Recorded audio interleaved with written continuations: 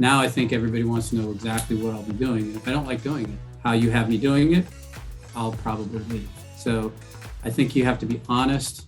I think you have to be flexible.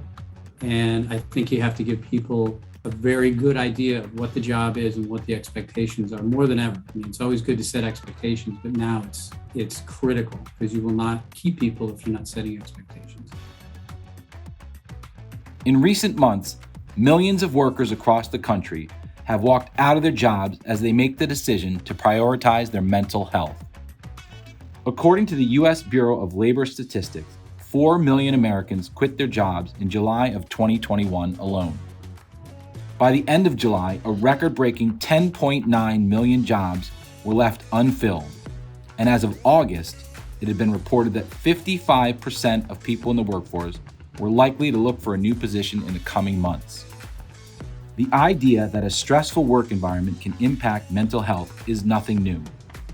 But the pandemic has led to a professional tipping point where our workers' revolution has begun to boil over into what many are calling the Great Resignation. Welcome back to Yo's podcast, Back to Work. I'm your host, Jason Rocker, and on this podcast, we discuss the unprecedented mass exodus that companies have witnessed over the past several months, what factors are causing so many Americans to leave their places of employment, and what companies need to do moving forward to maintain employee performance and loyalty. Today, I'm excited to welcome Matt Rivera, Vice President of Marketing and Communications at Yo. Matt, welcome to the podcast. Hi, Jason. Great to be here. Thanks. Matt Rivera is here with us to discuss the recent uprising of unfulfilled workers. With each passing day, more and more Americans seem to hit their breaking point and are deciding to take action. As employees continue to part ways with their current positions, the ability for companies to maintain their top talent remains a serious struggle. We're going to talk a little bit about this today and get Matt's perspective from the front lines. Matt, just give us a little bit of an insight into what you're seeing. Why do you think this quote unquote great resignation is happening? And, what are some of the factors that are playing a role in employees' decisions to leave their current positions? First, I think as a result of the extended impact of the pandemic, overall, there's an overall feeling of being I think somebody described it as being in between all the time. And by this, I guess you could say in between feeling happy or feeling scared and not knowing what the future will bring. So that's all affected our personal lives. It's been a huge shift for everyone. And while, that has put our personal lives in upheaval, that has now extended into our work lives, right? Which is, it's connected. So people are asking, I think, more than ever, right? Is this what I want to do? And specifically when we talk about the folks that either have to work in person at a location or at a business, or even working remote when you're working from your home, I think they're asking, what sacrifices am I making or being asked to make in my personal life to continue with this work life that I've chosen? And so with so many things changing, I believe that people are just deciding now may be a good time to make the change or pull back from what they were doing. We've seen a lot of retirements, that are probably earlier than people expected.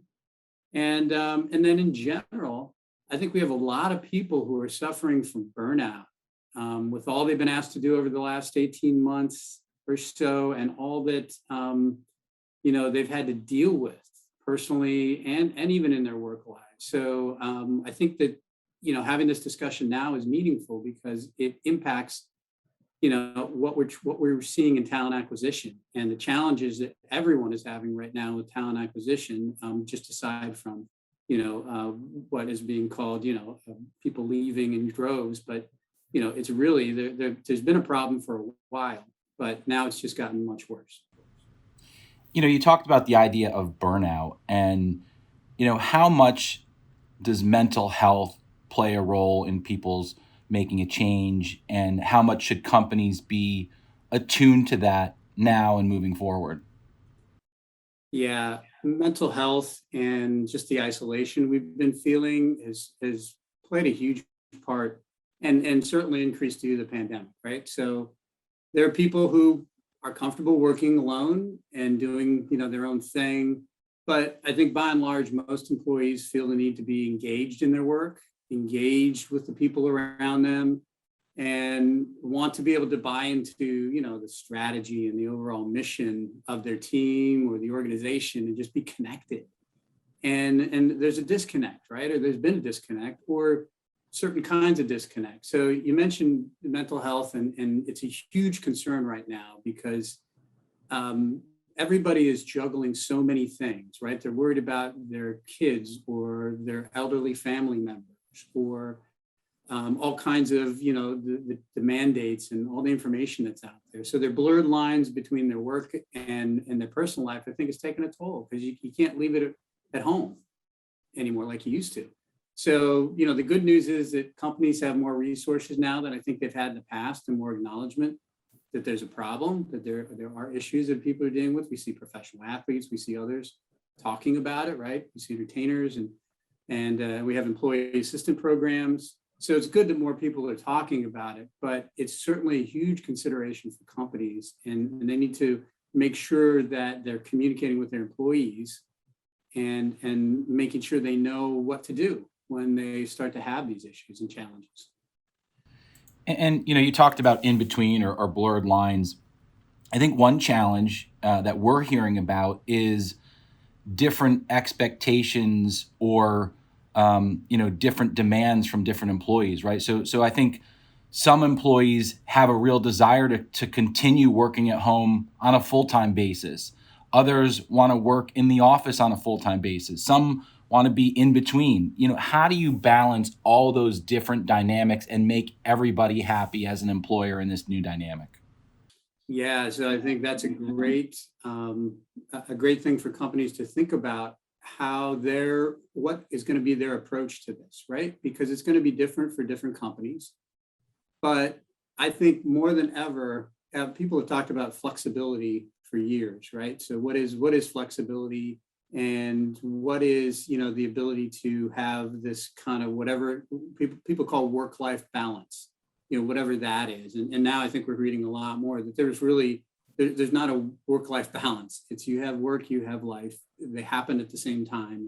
It's all one thing. So I think companies need to really understand how their employees are working, how they're most effective, right? And I think it's time for, some fairly objective measures of how employees are doing, so that you can really see what is important about where they are located and how they're working.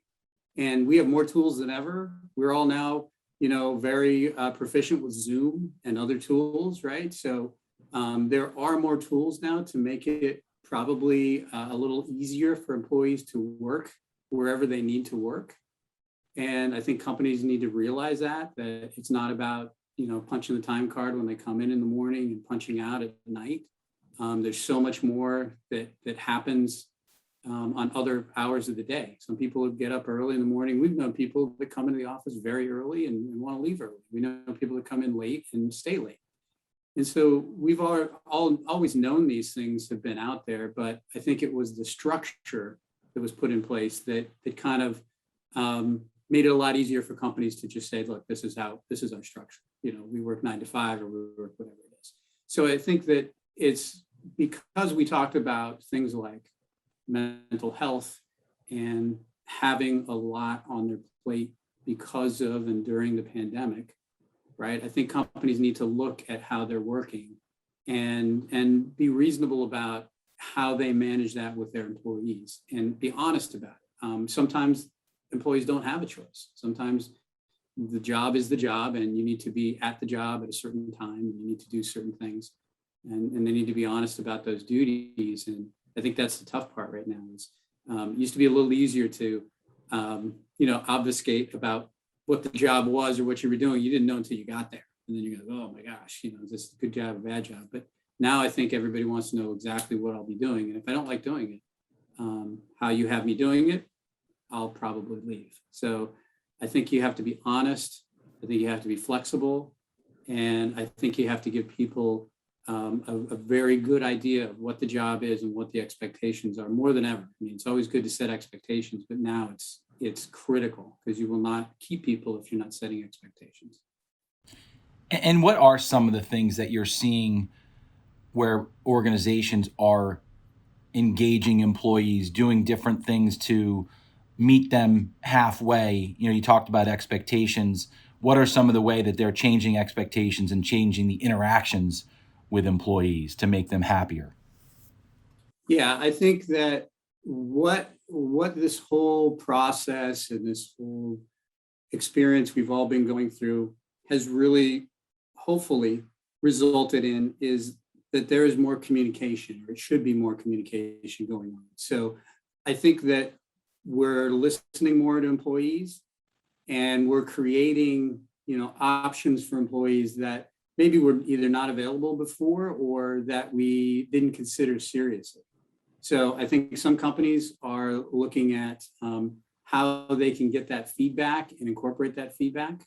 I think companies are also looking at, benefits and other things that can help their employees with their personal lives, and, employee assistance programs and things like that that are helping them with other aspects so that they can focus on work.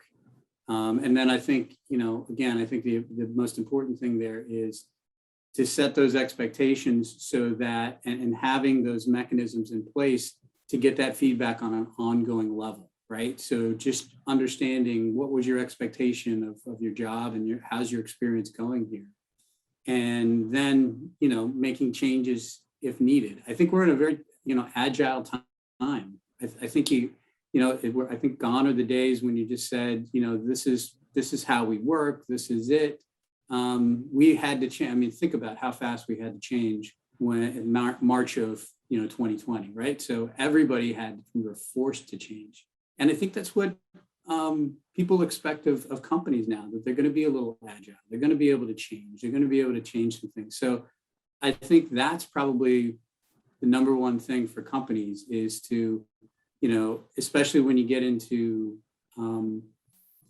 getting talent into your organization and keeping that talent. They want to know that you're moving with, what's going on, and that you can adapt, because they want you to adapt.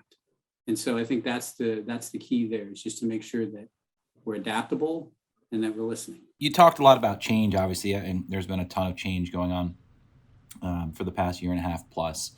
How much are you seeing that some employees, whether they're happy, unhappy, are just looking at change for change's sake? And with everything going on around the world, are like, maybe it's time for me to make a change regardless. Most people prior to the pandemic would have thought about a job as something that you want to be fairly stable in. You go in thinking that this is something you want to do, and it's and you're going to deal with the things that come along with that, because you've made some of those choices and you've decided that's what's for you. I think with the upheaval because of the pandemic, people now realize, wow, things can change on a dime. My life can change on a dime. Everything can change on a dime. The way I look at life changes. And before, that was kind of maybe more of a personal thing, and I might change some things in my personal life, or I might want to move and have to find a new job because I was moving for my personal life. Now it's more like everything's blended together. So my job now, I think, is changeable. So I think people are looking at that as something that is more changeable than ever, and they're looking for more options there. So where I think a large portion of the workers probably thought I was going to be in this one occupation, or I was going to be doing this one thing, or maybe living in this one area for a longer period of time, and now that's all been kind of wiped out. And they say, look, I could maybe work anywhere. I could be remote and work anywhere. I could live anywhere. Or my situation has changed so much personally because of this that I want to. And so I think they're choosing some of those things, and maybe it works out, maybe it doesn't. I've heard stories of people that have moved, and the company called them back into the office. And they were kind of stuck. But I think people are taking it seriously, but not like it was before, where they felt like, hey, I'm really making a lot more of a commitment to this job. I think employers have to work more now to create that sense of commitment. The idea, like you mentioned, expectations changing and maybe people getting called back into the office. Are you seeing or hearing anything? I've heard of this phenomenon called a boomerang effect, where there's almost a sense of regret. People make a rash change and go to a new organization, and then that grass is greener concept kind of falls apart when they get there, and some people are going back to their old jobs. Are you seeing that or hearing much about that? Not quite yet. So I don't think we're seeing too much of that kind of boomerang activity yet, but I think it's still early days, right? So I think we've seen a lot of, a lot of change probably. So I think at the beginning, in most of 2020, there was probably a reluctance to change and we didn't see a lot. And then as we got into 21, I think, we saw a lot more change. So I think, it's still early days to see if people are, regretting their decisions and kind of move back and look back at where they were coming from. But it's hard to say. And I don't think necessarily it'll happen in a big way, only because everybody is struggling right now to fill jobs. Everybody's looking for people. So they're trying to keep people. And so they're trying to pay a little more, trying to keep people a little more happy. So I think that activity will go on for a while, but I think there will be a point. We still have, a lot of unfilled jobs. We still have a lot of people who are still in burnout, and we still have a lot fewer in some areas. We have a lot fewer people in departments and in some areas, so that the people that are there, or the people that are left after people, leave, are experiencing a lot, more workload. So I think, if you come into a job and they might pay you more and you thought it was great, the grass was greener, but you find out they can't hire either, and you're doing two jobs, you're not going to be very happy there either. So I think, all these things are probably going to start to play out in the next, 6 months to a year. To that extent, are there any standard processes, protocol, or a toolkit, for lack of a better word, that organizations should be following to keep employees engaged, or to make sure that they're keeping them happy? Is there a template that they can follow, or is it sort of like make it up as you go? Yeah, we talked about being agile, and I think the first thing, especially as you talk about, let's talk about the first part of the early parts of the process, which is talent acquisition, and having an effective and efficient process that engages applicants, that talks about what you do, and gives people that expectation of what the job's going to be, and having that smooth process, because right now it's all over the board, right? So we've heard from that it's taken a long time sometimes to get response, where some people are just taken on immediately, but there's no training, there's nothing when they get there, so they just kind of have to fend for themselves when they get there. But I think that's the first part, is having a good process. And then employers need to understand what's happening in their markets and their competition for talent, because everybody's kind of put this big umbrella on it, but it's hard to find people, and it is in most cases, but not always. But what does that mean? Does it mean that there are just not enough people that do what you need them to do, or there's a huge competitive landscape, right? So you got to pay more, or whatever it is. So I think that's the first part of it, but it's more important than ever to get them on board, to get them started, and then that toolbox is support. And we've talked a lot about empathy and things like that around in the pandemic, right? And meeting people where they are, and so it's more important than ever that employers take their new employees or their existing employees and make sure they check in with them, and make sure they know where they fit in the organization. Be honest with them, when you're having workforce issues, and how you're trying to solve them. People don't want to hear that, yeah, we just can't find people, right? They want to know, okay, well, what are you going to change about what's happening in my life or my job that's going to help me? That's, it's our problem, but, it's really your problem, as the employer. So I think that toolkit is some of those, employee assistant programs. It's managers that are trained well to check in with employees. And it's having good overall processes that, make employees feel like they're supported, they know who to call, they know where to go.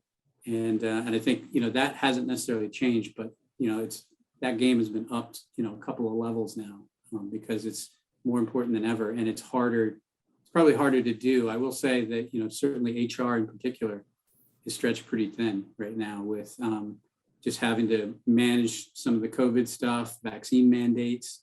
It's not going to get any better anytime soon. And even talent acquisition departments have been decimated. So they're, in 2020, we lost a lot of people that were doing that work, and they're trying to get them back now.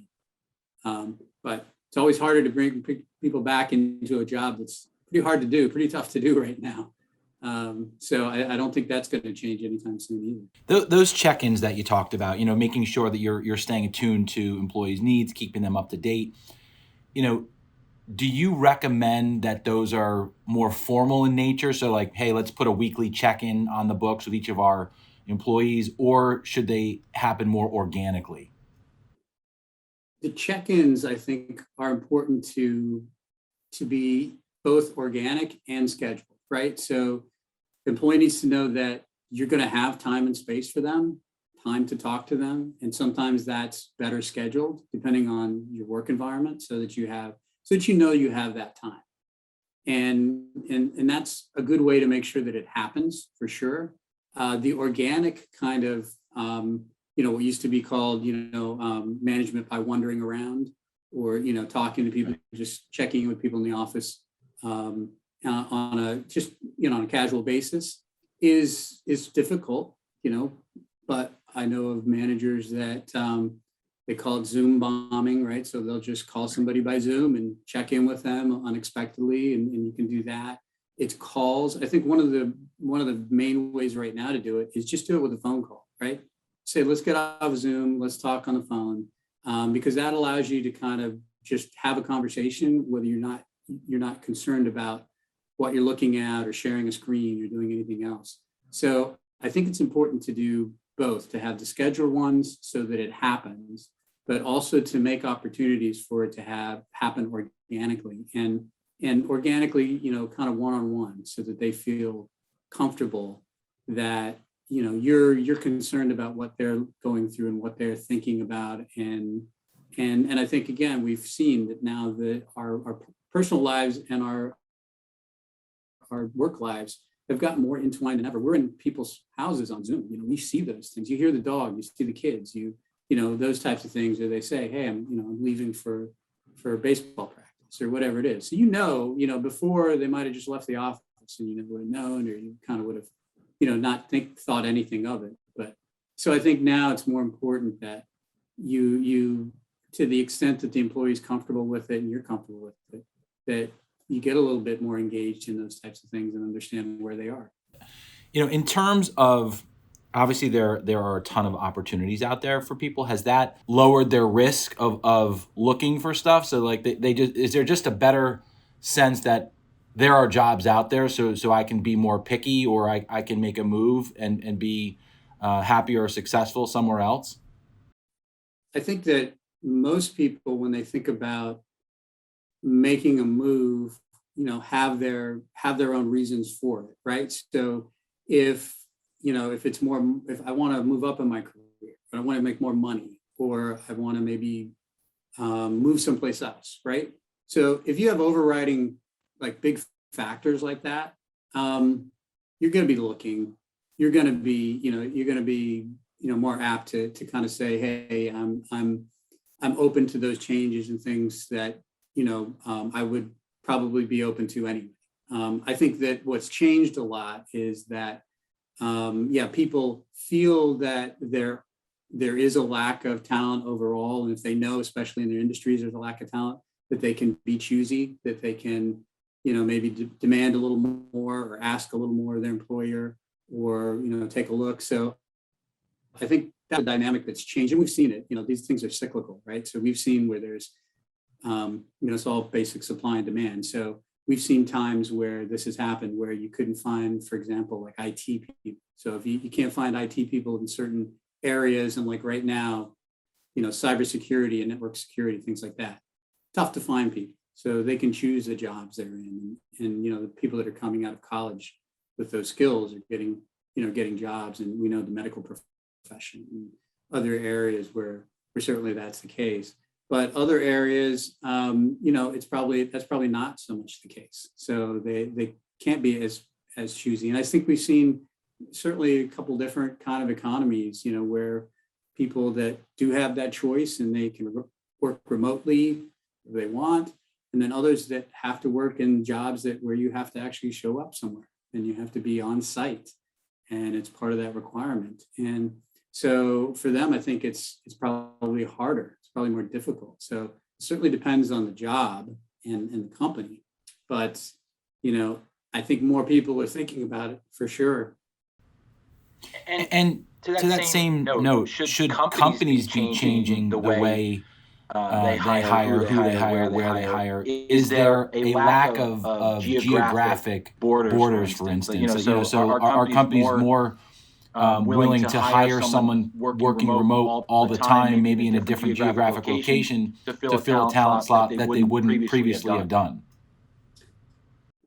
I think that most companies now are more open to remote workers and somebody working from any place. However, I do think there's limitations to that. I do think there's still this idea that I've heard that, we're not ready for that, and I'm not sure what that means, but companies have, said they're not really ready for that. It was forced on them by the pandemic, in some cases. So they didn't really have that choice. Now that we're kind of looking to get back to, locations or being in person or those types of things, I think that, companies are saying, well, maybe it is time to change our model, but, some companies just aren't ready for that. And they've invested in real estate. They've got a lot of those commitments. There are reasons where you want to be close to your customer, to your employees, to provide services, to provide to both, to customers and employees. So there might not be, as big an option for some companies, but companies that have been working this way are now like, they're saying, yeah, well, what's the big deal? We've been doing this all along. This is how we work before this. So, and we can hire anybody from anywhere. And that's where, you're losing out on talent. So I think that the driving factor behind that is probably just the demand for people. So I think companies, whether they think they're ready or not, are having to look towards having remote workers to fill spots and to get the people they need to be able to service their customers, because otherwise they can't. And then depending on where they are. And I think it could be, we could see in a few years, it'll probably take years, I would think, a shift where we've seen companies that are moving, we used to be headquarters in major cities to other places, closing down some of those headquarters, maybe moving to someplace that's cheaper because they don't need as many employees in the actual corporate office. We might see that. But I think there's still, something to having a physical location to go to and, how we work that way. And then, it's all dependent on infrastructure, right? So if you have all the things in place that allow you to do that, and the tools that are out there to communicate and to collaborate, then you can probably make that switch sooner. But I think a lot of companies still don't feel they're ready, or I don't think we've gotten it, really in our heads that, yeah, things have really changed and there's no going back. With the talent at such a great need, how are companies, like if you can't fill the roles that you have, you talked about the idea of current employees feeling a lot of stress and taking on additional work. What can companies do, in terms of reward, recognition, changing things a little bit to relieve that stress, to help employees that are there and that are shouldering that burden feel more wanted and feel more rewarded? I think the number one thing you can do to help your employees feel, engaged and wanted is to ask them. I think there's been a few surveys, and we've surveyed internally, and I've seen some articles on this that have talked about that sometimes we don't always understand what's going on with our workforce. And I think more than ever, it's changed. It's changed from what we thought it was. So I think the most important thing is to ask the employees, because the prevailing opinion is, oh, well, it's more money. Everybody wants more money. Some people do want more money. It's plain and simple as that. But others, they talk about benefits. I want more benefits. What does that mean, though? So you have to kind of get into the weeds a little bit and see, well, what do you mean when you talk about benefits? We offer this, this, and this. And they say, no. Those are great, but maybe those are either table stakes and everybody offers those and they're not really that competitive, or I'm not as interested in that, but I am interested in this over here. I'm interested in, more paid days off or whatever it is, or some kind of other employee assistance that I'm not getting today. And, I think gone are the days this discussion used to be fairly straightforward, right? We had this discussion about companies that provided, unlimited time off or, something like that. And it was like a big thing. And you don't hear about that as much anymore, because that appeals to a certain population of employees and certain part of the workforce, but others, they're like, I'm not interested in it. And they know the reality is they probably can't take off, as many days as that kind of sounds in your head. You think that's going to be a lot of days, but probably not many more than you get right now that you take off officially. And it's a lot easier now to take off some time, right? So, you can shut off the Zoom and, take a half day. It's a lot easier than leaving the office and having to drive and having to get someplace and realizing you have to take the whole day off.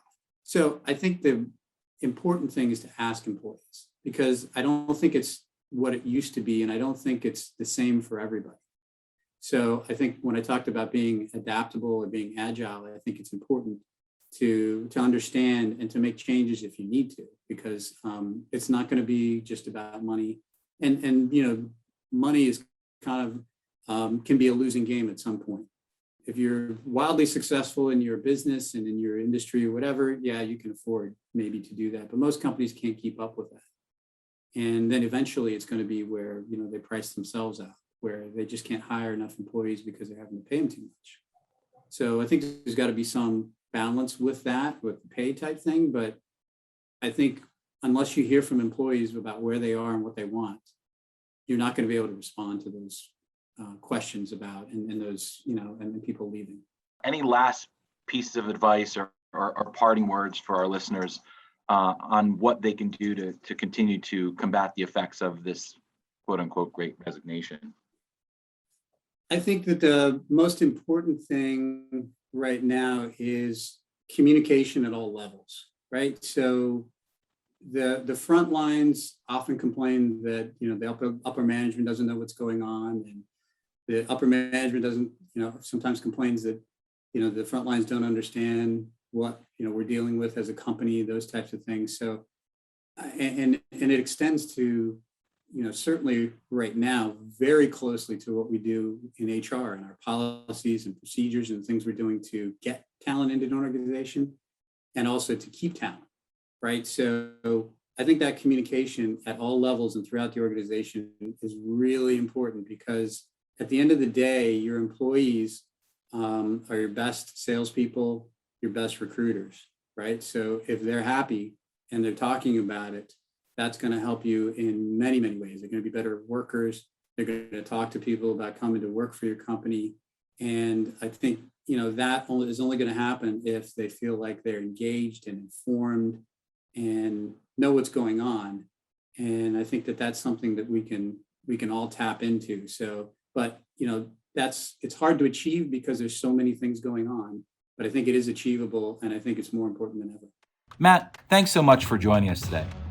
We loved hearing your insights on the topic and the way you highlighted how employers can combat the effects of the Great Resignation. I'd like to thank our listeners for tuning in to Yo's Back to Work podcast. And to hear future episodes of the podcast, please subscribe on Apple Podcasts, Spotify, Google Podcasts, or wherever you listen in. For Yo's Back to Work, I'm Jason Rocker. Thanks for listening.